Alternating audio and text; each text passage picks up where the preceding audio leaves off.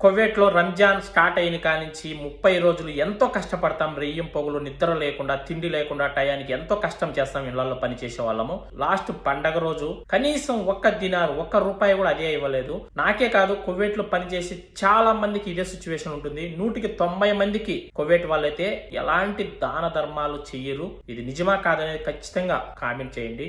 ఆడవాళ్ళైతే ఇంకా చెప్పాల్సిన అవసరం లేదు. డే అండ్ నైట్ కష్టపడతారు పాపం. పొద్దున్నే 10 గంటలకు స్టార్ట్ అయ్యి సాయంత్రం 5 గంటల వరకు వంటలు, 10 రకాల వంటలు చేసి పెడతారు వాళ్ళకు. మళ్ళీ అవి తిన్న తర్వాత ఆ గిన్నెలు అవన్నీ కడిగి చేతులు అరిగిపోతాయి. మళ్ళీ తెల్లారుజామున తినడానికి నైట్ 10 నుంచి తెల్లారుజామున 3 గంటల వరకు వంటలు చేస్తూనే ఉంటారు ఆడవాళ్ళు అయితే. క్లీనింగ్ చేసేవాళ్ళు క్లీనింగ్, వంట చేసేవాళ్ళు వంటలు, గిన్నెలు కడిగేవాళ్ళు గిన్నెలు.